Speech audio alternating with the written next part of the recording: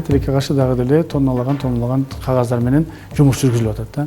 Биз биринчи кезекте ошол комитеттин өзүнүн өткөзүлүшүн реформалоо багытын карап атабыз. Биринчи кезекте ушул биздин чечим кабыл алгандардын канчалык түрдө эффективдүү болушу, ал деген канчалаган адамдык ресурсту үнөмдөө, ал эле эмес канчалаган каражатты дагы үнөмдөө.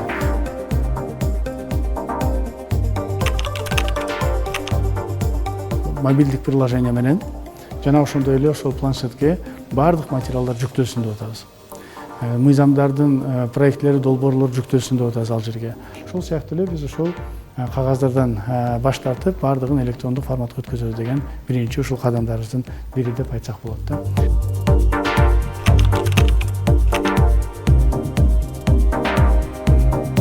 Сөзсүз түрдө бизде дагы эми комитеттер онлайн түрүндө өтө тургандай мүмкүнчүлүк түзүлөт. Кайсыл бир министрлик же кайсы бир атка минер буяка келиш үчүн өзүнүн ордун, өзүнүн жумушун таштап келип атат.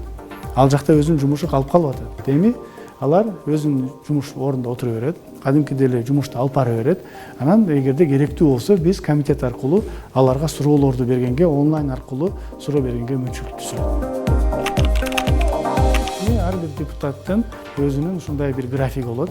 Ал графиктин алкагында өзүнүн округунда, бизде 30 округ болгонго байланыштуу, ошол округда отуруп алып, элдердин, жарандардын өзүнчө ушундай онлайн кабылдамасы болот. Эл менен тыгыз байланыш болуу, биринчиден, экинчиден элди кыйнап ал жактан алып келип кереги жок. Ал ошол жерден отуруп алып эле бизге толук түрдө өзүнүн жагдайларын, наказдарын айтканга мүмкүнчүлүк түзүлөт.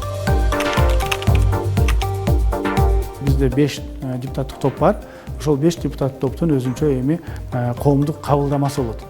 Ошол коомдук кабылдамага кадимкидей эле кирип, өз арызын таштап, ошол учурларда группалардын депутаттары очередь менен чыгып, ошол граждандарды, элдерди, келген элди кабыл алганга мүмкүнчүлүк түзүлөт. Өзү келеби, баласы менен келеби, ошолорго толук түрдө шарттарды дагы биз бул жерден түзүп бергенге мүмкүнчүлүктөрдү түзөбүз. Мобилдик приложение түзөбүз.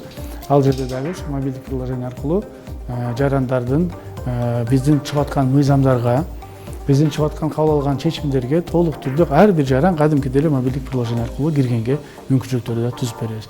Ушундай бир этаптагы реформалардын бири, анан эми дагы Кудай буйрса башка дагы реформаларды кылганга аракет кылабыз.